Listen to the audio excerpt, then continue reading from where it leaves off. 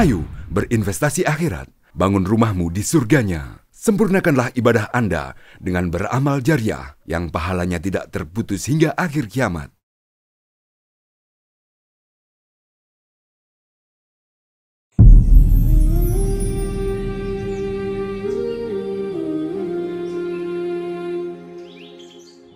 Assalamualaikum warahmatullahi wabarakatuh. Waalaikumsalam warahmatullahi wabarakatuh. Sehat-sehat Pak. Alhamdulillah Pak Ustadz. Masya Allah, terima kasih karena sudah berkenan hadir untuk kita sharing, kita diskusi. Kita bicara di Bincang Santai Nikmat Allah. Bismillah. Bersama saya dari podcast Masjid Agung, Masjid Raya ini. Yang harapan ini ada masukan, ada informasi, kemudian ada semacam spirit bagi pemirsa dan juga kita sekalian.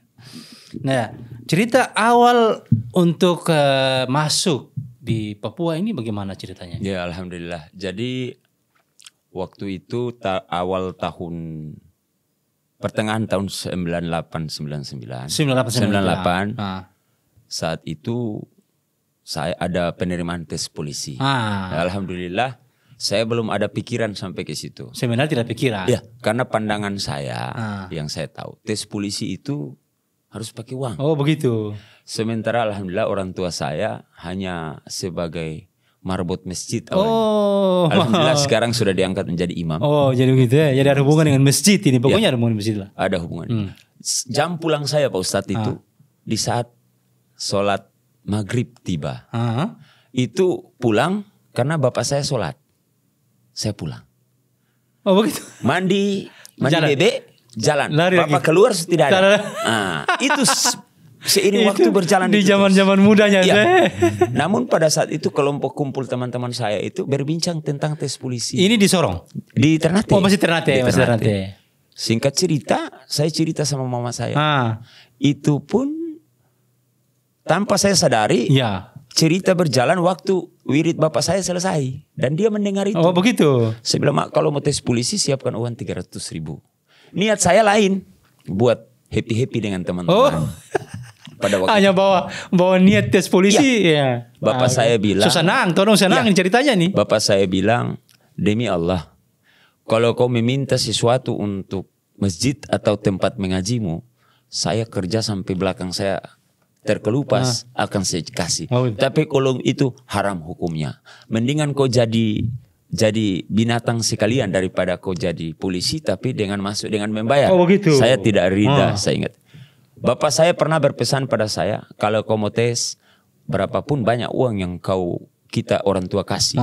Tapi ketika bapak dan mamamu mengadahkan tangan, insya Allah lebih berharga dari uang yang segudang. Dan terbukti keberkahan. Terbukti Pak Ustadz, demi Allah. Dari situ saya lolos tes demi tahap. Di 98 itu? Iya. Tapi di Ternate? Di Ternate. Belum masuk Papua? Belum. Alhamdulillah.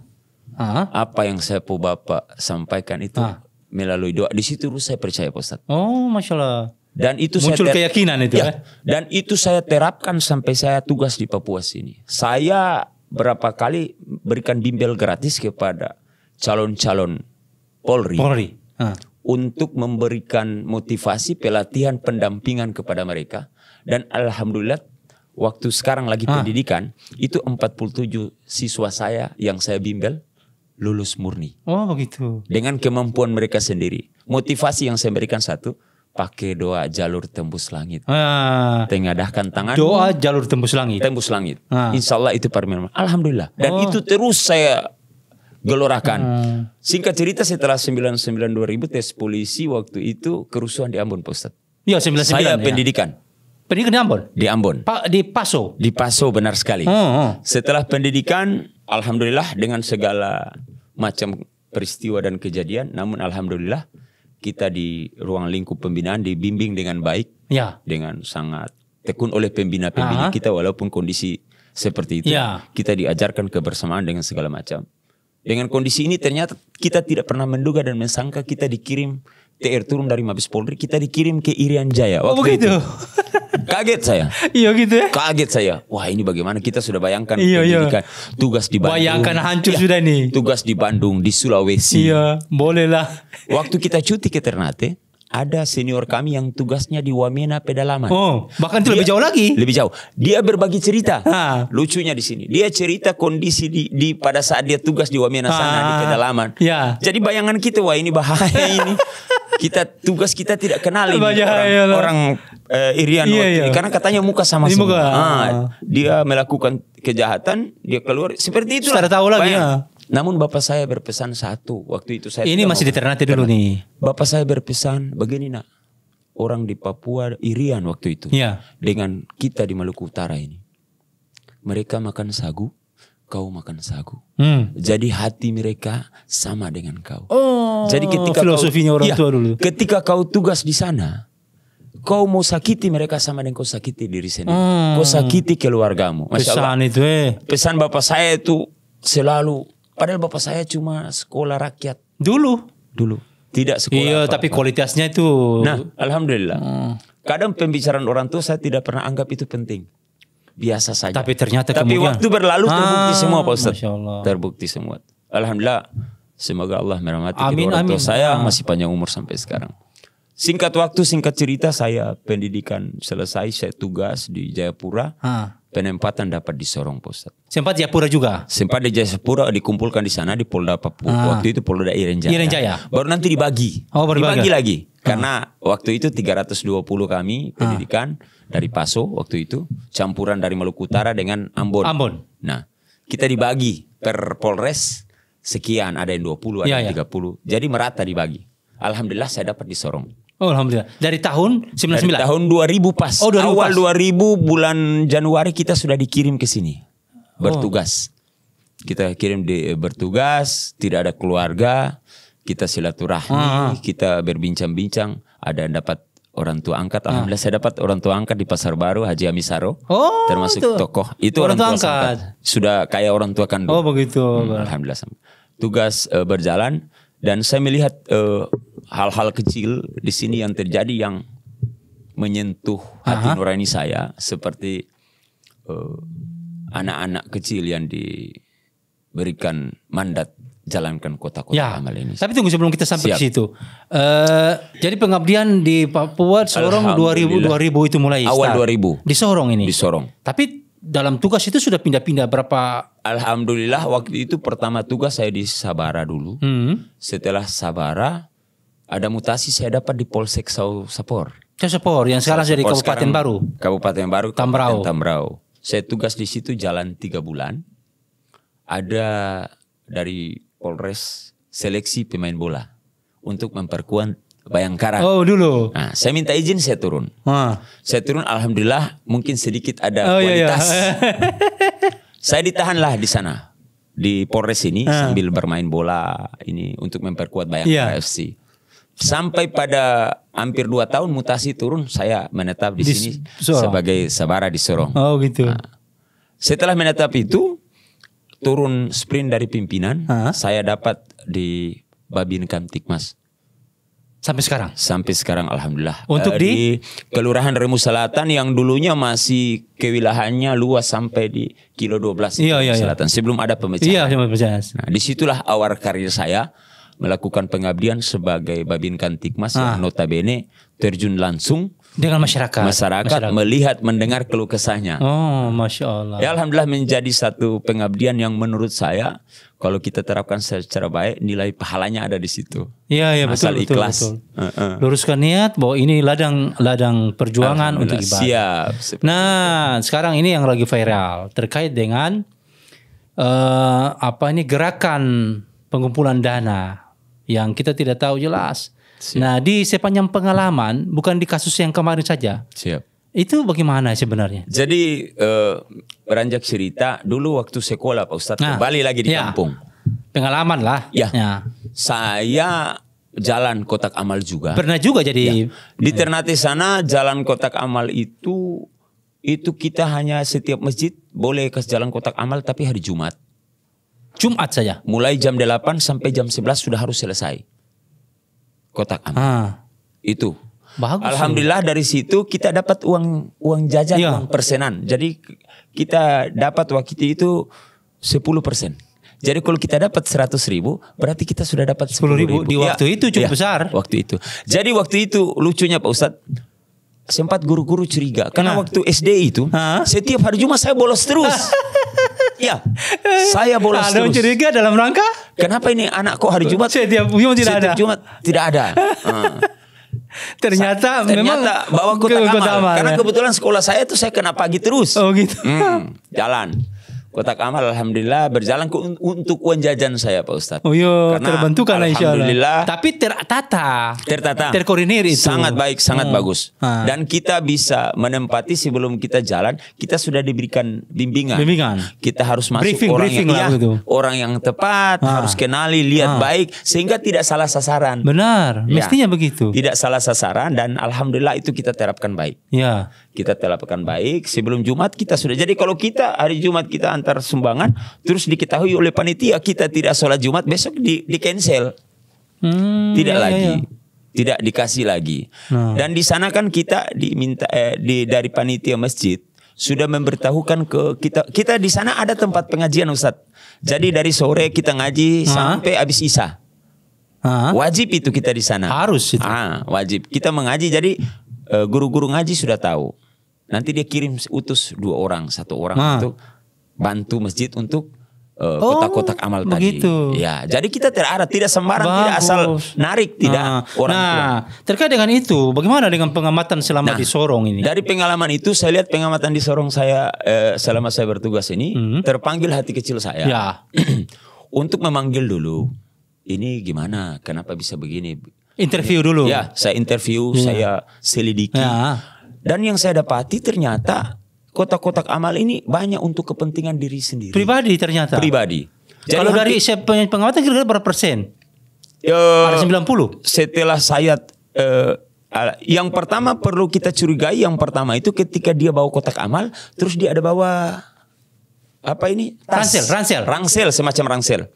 Secara logika dia takut ketahuan orang sekitar rumah dia tinggal, dia keluar bawa ransel dulu. Betul. Sehingga kotak amal dikasih masuk. Artinya ini model-model seperti kalau di Jakarta. Kalau kita misalnya tukang minta-minta keluar dengan pakaian rapi dari rumah. Benar. Seperti itu yang saya temukan. Itu diantaranya yang ditemukan. Diantaranya. Terus setelah itu berlanjut, ketika saya dapat, saya bawa ke kantor polisi. Bahkan anak muda, orang tua, karena mungkin mereka berpikir, wih enak, dapat uang sehari bisa dapat 300-400. Instan, benar. Setelah saya interogasi, kan mudah cara interogasi. Ini dari masjid Pak, ini gini, ini ustadznya ini. Saya bilang tahu. Yang pertama saya ingin tahu nama ustadznya siapa. Bingung dia. Tapi sebelum itu saya sudah bilang, saya tahu nama ustadznya. Dia mau ngarang, saya lihat dari mimiknya, saya bilang ustadznya salah, kok salah ngomong. Akhirnya dia ngaku sendiri. Dia ngaku sendiri. Saya bikin pernyataan sikap dengan dia dan jangan terulang. Namun alhamdulillah masih ulang lagi. Masih. Jadi ketika dia alhamdulillah itu saya dapat di Pasar Remu, dia pindah lagi tempatnya. Tapi kalau saya, alhamdulillah entah dengan izin Allah, saya kan jalan tidak menentu. Saya lihat saya pasti muter, samperin, naik. Dan saya bawa lagi. Saya tidak pernah kapok. Dan herannya itu kok bisa saya ketemu terus. Pasti ketemu saja. Saya ketemu. Jadi saya lihat roman muka ini anak-anak atau orang ini dalam hatinya kalau bisa saya bunuh, populasi saya bunuh. Karena menghalangi dia punya mata pencarian. Saya bilang tidak boleh. Tidak boleh dia anggap itu sebagai mata pencarian. Artinya ini kalau kita samakan dengan di Jakarta kota besar seperti apa peminta-minta yang terselubung. Benar, begitu kira-kira. Peminta-minta yang terselubung. Di samping itu apa lagi kira-kira yang sadis itu? Pernah saya temukan juga setelah dari kotak amal untuk lokal di sini. Ketika saya ketemukan, saya koordinasi dengan Babin Kantikmas di wilayah tempat tinggalnya. Dan mereka tinggal menindaklanjuti. Oh begitu. Tapi kita tidak berikan efek hukuman positif. Belum. Ya. Kami hanya memberikan pembinaan, memberikan selain pembinaan himbauan sedikit efek jera dengan bahasa-bahasa yang menyita selain menyita kotak kita hancurkan dan kotak isi kotak kita umumkan di pimpinan, di rekan-rekan dan kita salurkan di masjid terdekat yang di mana saya Ini saya sumbangkan. begitu. Sehingga menurut analisa saya, ketika orang masyarakat memberikan, mereka berharap, mudah-mudahan saya jadi berkah. Iya, karena dia ingin. Kita bantu salurkan. Oh begitu. Gitu. Dengan laporan nominal uang apa segala macam baru kita salurkan. Sepakat. Jadi itu termasuk sebetulnya hukum efek jerah, tapi artinya mereka punya akal juga pasti. Benar. Untuk cari solusi lain. Artinya kalau cuma kotak dihancurkan, dia bisa bikin kotak baru lagi kan? Iya, dan untuk mudah dikenali itu kotanya itu lucu. Ada tulisannya kadang naik turun. Iya. Kalau masjid tempat pasti dia bikin yang rapi, yang cantik, yang dapat dilihat dengan mata. Tapi yang saya temukan rata-rata Pak Ustadz, itu triplex tipis-tipis cuman bikin jadi atau papan. Baut enggak papan triplex. Bautnya bisa dibuka dengan jari. Allahu Akbar. Jadi itu sudah kelihatan. Itu bawa modus memang. Modus benar. Memang kalau tidak salah kita pernah diskusi di beberapa tahun yang lalu ya. Dan saya izin saya meluruskan untuk diskusi itu tidak sempat berlanjut karena hanya di lampu merah. Pak Ustadz ingat saya sampaikan. Saya sudah follow up dan memang kita sudah sampaikan ke masjid-masjid untuk harus ada jelas identitas. Di beberapa masjid sudah melakukan itu. Sudah dengan rompi, dengan ID card. Benar, saya temukan, saya cuma lihat. Cuma jadi persoalan yang liar itu yang memang makanya kendali kita. Yang liar itu setelah komunikasi itu saya sudah lihat ada perubahan Ustadz. Saya sudah lihat dan itu tidak saya tegur lagi. Jalan, silakan. Karena memang apa yang saya harapkan terpenuhi. Alhamdulillah ternyata saya bertahu kalau Ustadz sudah Iya kita sudah sampaikan sebenarnya. Dan itu memang saya lihat dengan mata kepala beberapa masjid dan saya sepakati jadi jalan tidak ada masalah. Hanya yang liar-liar ini yang saya tahap demi tahap saya lakukan penangkapan, saya amankan, saya laporkan dengan harapan mereka ada efek jera. Nah kira-kira apa yang bisa dibuat selain dalam menangkal mereka itu yang liar dan yang tidak jelas itu? Ya mungkin dari kalau menurut pengamatan saya mungkin ada surat edaran kepada pimpinan kami kepolisian maupun Pak Dandim atau Pak Batalion. Nanti mereka akan turunkan perintah kepada Babinsa dan Babinkantikmas karena kami yang di lapangan. Iya betul yang lebih tahu. Kami lapornya secara bertahap tidak ke berjenjang. Ini tapi ke pimpinan. Nah, sehingga surat edaran itu pimpinan lebih menekankan kepada kami untuk lebih memperhatikan. Nah, karena kadang ada teman-teman saya di Babinkantikmas yang melakukan itu mereka berpikir dua kali jangan sampai ini benar atau ini tidak. Saya ini kebetulan merasa itu karena saya berpengalaman pernah melakukan dan tahu, ini.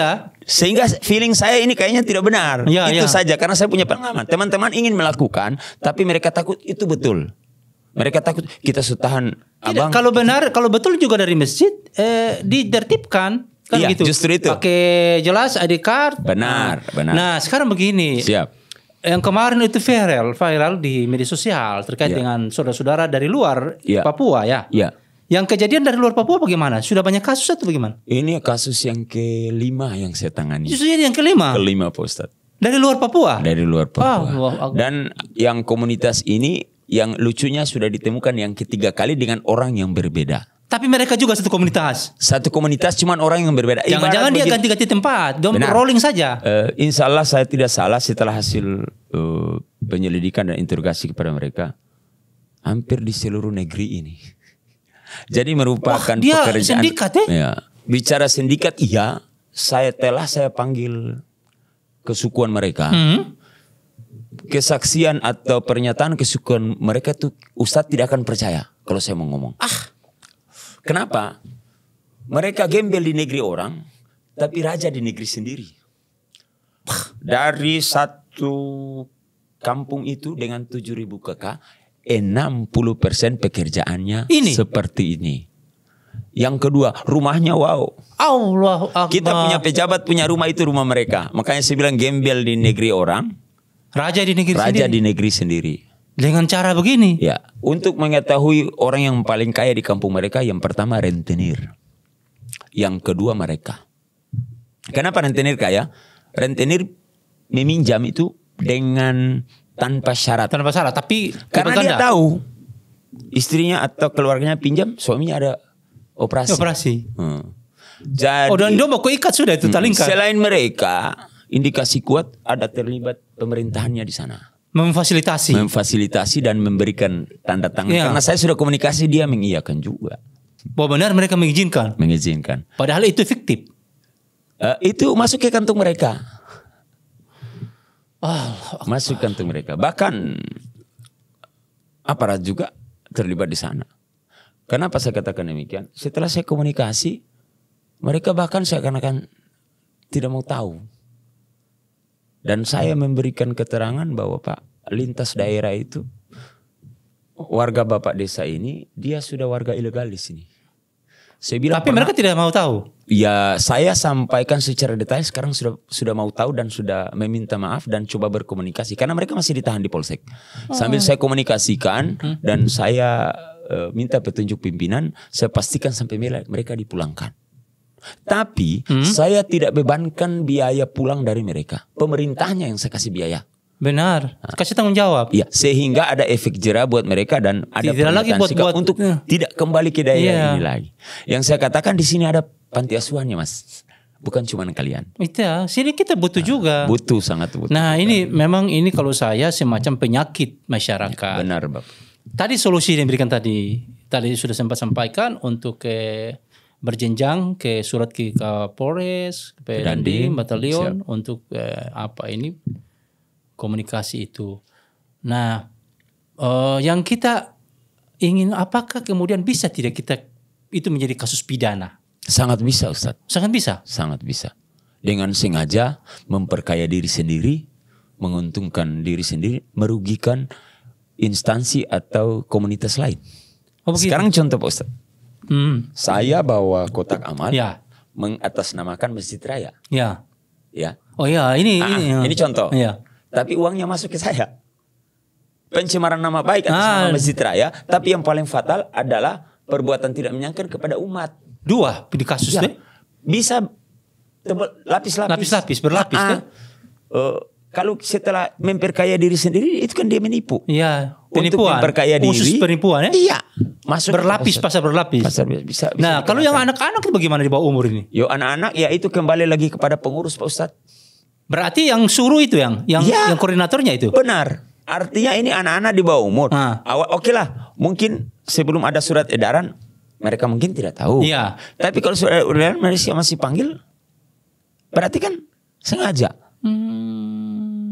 Kan begitu. Anak-anak ini waktunya harus bermain sekolah dalam pengawasan orang tua. Terburuknya mereka bawa kotak amal ini nyebrang jalan. Kira-kira kalau terjadi sesuatu kecelakaan, yang bertanggung jawab siapa? Ya. Kan begitu.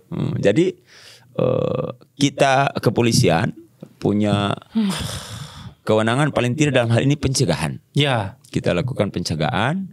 Alhamdulillah mudah-mudahan nanti dari masukan sedikit saya mungkin bisa ditindaklanjuti untuk memberikan warning, himbauan kepada para dewan masjid. Ya. Bahkan bisa diundang pengurus untuk masjid. Ya, dengan kejadian-kejadian yang ada yang ini. Boleh. Untuk memberikan mereka supaya saya rasa. Kalau begitu kita misalnya kita kumpul di masjid, kita undang juga dari kepolisian, tak? Siap, insya Allah saya siap. Sekaligus kita bicara tentang terkait dengan hukum tadi. Siap. Sehingga mereka paham tentang pelanggaran-pelanggaran yang terjadi. Siap. Karena secara pandangan saya, ketika anak-anak ini selain di bawah umur, mereka kadang hanya melihat roman, mereka tidak tahu orang ini agamanya apa. Nah, yang lucunya di tembok itu ditemukan malam. Iya, berjalan anak kecil jalan jam 11 malam. Ya, orang duduk nongkrong juga ditagi. Kadang kita masyarakat Sorong sini, kota Sorong ini rata-rata tidak memperdulikan hal itu. Sudah memberi saja, tidak apa-apa. Tapi kan efek daripada itu menjadi pembiasaan. Kalau begitu, apakah kita tambah di poin 1 bahwa himbauan untuk tidak memberikan sumbangan? Ya, kalau itu nanti insya Allah. Artinya misalnya kalau seandainya orang berkeinginan untuk sumbang ke masjid, ya sudah antar saya ke masjid. Ya. Itu yang sering saya lakukan. Mendingan langsung ke sumbernya daripada memberikan. Dan banyak komentar masyarakat yang sering bilang, oh kalau tahu begini, aduh saya sudah ini salah. Jadi salah satu solusi juga mungkin begitu ya. Pembelajaran kepada umat. Bahwa sudah tidak biasa berikan lah. Sebagaimana kalau saya lihat di kota-kota besar kan sudah ada larangan perda ya. Untuk memberikan kepada fakir miskin itu atau mereka yang minta-minta. Benar. Bahkan itu kan Pemda dalam hal ini Satpol PP tindak tegas itu. Iya. Ketemu ada yang memberikan kepada mereka. Siap. Jadi di sana banyak modus. Setelah modus kotak amal sudah tidak dipercaya, mereka lakukan dengan gembel. Ada yang kaki puntung ternyata diperiksa kakinya tidak puntung. Untuk meminta belas kasih. Untuk mendapatkan kekayaan. Ada juga yang kakek yang usia ini setelah diperiksa uangnya puluhan juta. Iya, ternyata uangnya banyak. Benar. Jadi tadi itu apa di tanah orang, tapi raja di kampung sendiri.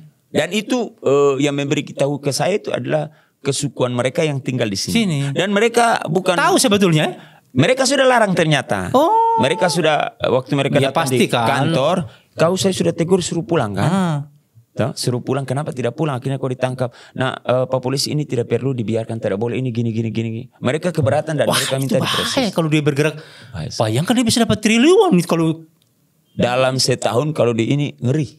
Iya. Ngeri Pak Ustadz. Bayangkan waktu dia mau jalan dikasih kotak dengan surat-surat yang menurut mereka bikin sendiri. 150 biayanya administrasi. Setelah itu tiap bulan 150 dikali 100 orang yang berada di seluruh negeri ini. Oh, berarti memang ada kepentingan oknum di daerah. Benar sama sekali.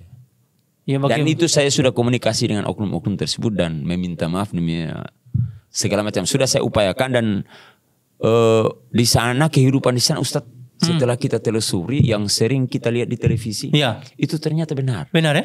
Jadi alhamdulillah kita di Kota Sorong Ustadz, masyarakat di Kota Sorong sebenarnya lebih pintar daripada mereka di sana. Kenapa saya katakan demikian? Aparat di sini mau baik pemerintah maupun TNI Polri dengan itu bekerja profesional semua. Mereka di sana di bawah tekanan semacam kepala desa.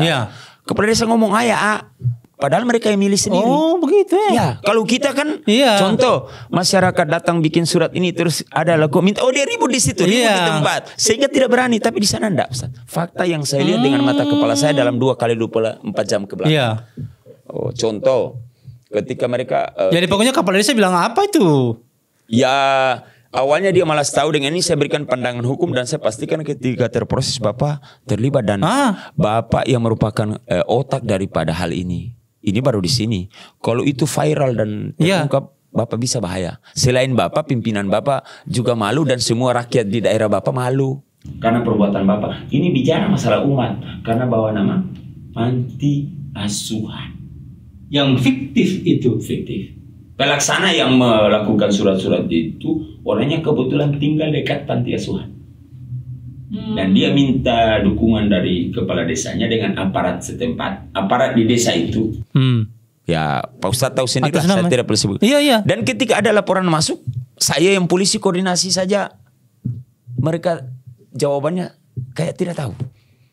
Memang sengaja tutupi? Ya, tapi kalau akhirnya diungkit. Diungkit dan saya pastikan ancaman hukuman.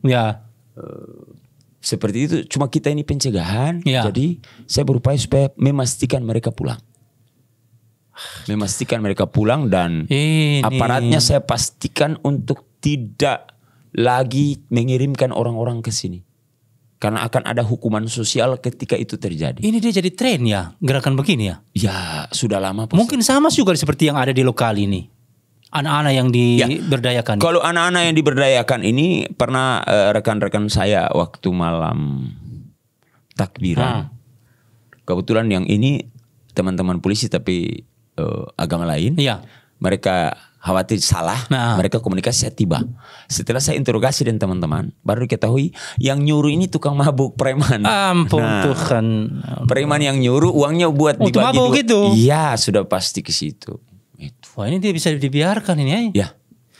Baik. Artinya ini dengan viralnya yang kemarin itu, lalu kemudian kita sudah diskusi juga di internal MUI dan di banyak grup-grup yang dalam rangka bagaimana untuk mengantisipasi. Memang ada tinjauan hukum juga sampai pencegahan itu. Dan ini memang tidak bisa dibiarkan. Karena dia akan bisa menjadi pertama generasi kita akan bodoh, lalu kemudian generasi peminta-minta. Nah, mungkin ada himbauan lah bagaimana untuk umat dan juga untuk artinya umat yang memberikan sumbangan dan juga kepada mereka yang maksudnya mencari untung dari situ. Baik Pak Ustadz. Jadi jauh hari sebelum itu sebenarnya itu rutinitas kami melalui Bapak Kapolresta sebelumnya sampai dengan sekarang itu wajib. Namun pelaporan kami secara internal sehingga tidak diketahui. Tapi kami punya kewajiban karena Babinkan Tikus ini mobile 24 jam Pak Ustadz. Jadi himbauan di masjid-masjid sering sangat sudah. Jadi untuk kita itu yang saya bilang tadi pencegahan. Sehingga tanpa dikomando itu merupakan kewajiban kami. Contoh hari besar Ya. dengan sendirinya kita lakukan mobile untuk lakukan himbauan baik di tiap-tiap gereja maupun di masjid-masjid. Itu sudah pasti. Makanya ada program sekarang itu namanya Jumat Curhat. Oh begitu. Jumat Curhat itu petugas wajib mendatangi setiap tempat-tempat ibadah atau warga masyarakat, tokoh-tokoh seperti pengurus masjid, menanyakan langsung keluhan mereka, kendala apa di lapangan, yang perlu dibantu kepolisian, yang tentu di atasnya akan dilakukan. Berarti sangat-sangat ini sudah jalan Pak Ya Ustaz, ampun. Artinya apalagi di Sorong ini. Sorong, siap. Nah kalau terakhir di wilayah, di wilayah Bapak bertugas itu ada berapa masjid? Saya masjid ada Masjid At-Taqwa, Masjid Kuba, terus ada musola-musola kecil. Iya. Masjid apa ini Al-Ikhlas? Ya benar. Terus di Man ada. Ya sampai di Kokoda ya? Alhamdulillah Kokoda sudah masuk kelas AB Pak Ustaz. Oh kelas A itu kelas A. Sama masjid di bandara. Oh iya bandara. Tapi itu mungkin bangun masjid cuman kalangan internal di dalam. Tapi kan tidak menutup dari luar masuk. Begitu. Cuma rata-rata internal di dalam yang melakukan sholat. Jadi yang biasa yang kita lakukan pemantauan itu selalu di masjid-masjid yang mungkin tempat keramaiannya besar. Sehingga kita laporkan ke situ. Kalau yang lain kami hanya mobile pantau lihat saja seperti itu. Ya artinya ini sebetulnya kita harus menjadi masyarakat menyadari bahwa sebetulnya tanggung jawab ini bukan tanggung jawab polisi saja, apalagi Babin Kamtibmas untuk bagaimana memberikan kesadaran kepada masyarakat, khususnya kepada umat Islam ya. Apakah kepada mereka yang ingin bersedekah ataukah mereka yang ingin ambil manfaat daripada kegiatan ini. Jadi kalau menurut pandangan saya mungkin nanti Pak Ustadz atau Dewan Masjid mungkin bisa sharing dengan pimpinan kami. Betul. Dan coba kita diskusi. Saya yakin dan percaya responnya pimpinan kami sama cepat. Sangat cepat apa yang diinginkan oleh petua-petua petinggi daripada umat. Baik. Ya, mudah ini jadi masukan bagi kita sekalian umat Islam di mana saja pemirsa channel podcast Masjid Agung Masjid Raya Al-Akbar Sorong. Nah, ini kita dapat informasi yang luar biasa. Menjadi tanggung jawab kita bersama untuk menjadikan umat ini lebih bermartabat. Benar. Ya, kita tidak saja menjadikan kepentingan sesaat dari orang-orang tertentu. Menjadi tanggung jawab kita bersama. Oleh karena itu kita bantu Pak Polisi ini bagaimana untuk sama-sama bahu-membahu melihat persoalan keumatan. Dan itu luar biasa. Jumat apa tadi? Jumat Curhat. Jumat Curhat. Ya. Itu program di Sorong saya tahu. Itu inisiatif pimpinan, saya kurang tahu. Jadi perintah pimpinan itu sudah jalan sudah lama Pak Ustadz. Oh begitu. Ya. Cuman yang saya bilang tadi tidak ke publik tapi khusus internal kami masuk ke Kapolres, selanjutnya dari Polres kirim ke Polda, Polda kirim ke Mabes. Oh begitu. Jadi ya kalaupun saya punya media sosial, teman-teman, kita bisa ikut share ke media sosial untuk ajakan hal-hal positif. Tapi itu merupakan program pimpinan yang wajib kita laksanakan. Seperti itu Ustaz. Allah, ini mungkin ada apa yang terakhir kira-kira closing pernyataan sebelum kita closing acara ini kepada umat Islam, kemudian pada mereka yang ingin cari keuntungan seperti apa himbauan? Baik. Mungkin himbauan saya kepada masyarakat Kota Sorong pada khususnya dan pada umumnya kota kabupaten maupun Sorong Raya. Sorong Raya, Papua Barat Daya. Ya, Papua Barat Daya. Artinya memberi sesuatu itu sebaiknya pada tempatnya. Tempat yang pertama. Sehingga kita tidak salah berdonasi. Ya. Karena pada hakikatnya di mana-mana orang mencari keuntungan dia sudah berani menjual akidahnya, menjual Tuhannya. Dan ini terjadi. Jadi kadang setelah terposting itu kan banyak bilang, untung saya tidak kasih. Saya tuh sudah terlanjur kasih apa segala macam. Jadi kalau kita berdonasi kan di setiap kelurahan masjid ada. Setiap kelurahan gereja ada. Kan begitu. Tinggal kita langsung ke tempatnya, ke sumbernya sehingga apa yang kita sampaikan, apa yang kita salurkan tidak pada salah sasaran begitu. Jadi kita harus bijak juga melihat, kalaupun kita merasa ini kita mencurigai, silakan ditolak secara halus. Oh mohon maaf, kami tidak memberi seperti ini, atau bisa di depan tidak menerima sumbangan dalam bentuk apapun. Bisa seperti itu. Ketika menjadi ada yang sering ngomong, Pak kita sering di kalau menolak di marah-marah. Berarti yang marah-marah itu orang tidak benar. Itu yang karena namanya sumbangan tidak harus wajib. Ya orang mau kasih tidak marah. Benar. Jadi himbauan saya kalau ada yang bertanya seperti itu, saya bilang di foto di ini. Karena ketika kalian lapor di 110 atau di Babin Kamtipmas atau anggota polisi yang kalian kenal, sebelum datang anggotanya mereka sudah hilang. Itu sudah pasti. Jadi kenali dia, foto dia, baru laporkan, akan kami tindak lanjuti. Itu tahapan-tahapan itu. Tahapan-tahapan itu seperti itu. Dalam rangka mengatasi, mencegah supaya mereka tidak melakukan perbuatan itu. Baik, Masya Allah. Ini kita bincang asik, tapi nanti kita kembangkan lagi. Siap. Karena ini kan bukan, mungkin sekarang tadi bilang sudah 5 ya? Sudah 5 yang kali. kasus dari luar itu. Ya, siap. Baru tinggalnya di depan, ngekosnya, indekos di depan Masjid Raya, Pak Ustadz. Oh begitu? TKP-nya, benar. Astaga. Indekosnya di depan Masjid Raya. Bisa itu. Di Jalan Malebutor di sebelah. Karena saya turun TKP langsung ke rumahnya. Itu berapa orang? Biasa kelompoknya 4-5. Oh begitu. Setelah saya turun, ya insya Allah nanti rencananya perintah pimpinan nanti kita datangi pemilik kos. Untuk harus melihat dulu. Orang yang mau dari luar jangan mau menerima biaya tanpa harus tahu orang ini dari mana. Kan begitu? Iya betul. Jadi nanti akan kami betul, ini perlu kerjasama semua pihak, Baik. Menerima orang indekos itu harus jelas. Siap, Masya Allah. Seperti itu ya. Baik, terima kasih banyak untuk informasinya, sharing kita dan bincang-bincang kita di kesempatan ini. Insya Allah nanti kita kembangkan lagi, nanti yang lebih besar lagi insya Allah. Terima kasih banyak atas kesediaannya. Baik, Assalamualaikum warahmatullahi wabarakatuh. Waalaikumsalam warahmatullahi wabarakatuh. Allah. Ayo dukung media dakwah Masjid Agung Al-Akbar dengan ikut berdonasi pengadaan alat multimedia dan operasional dakwah. Usia boleh terputus, pahala jariah mengalir terus.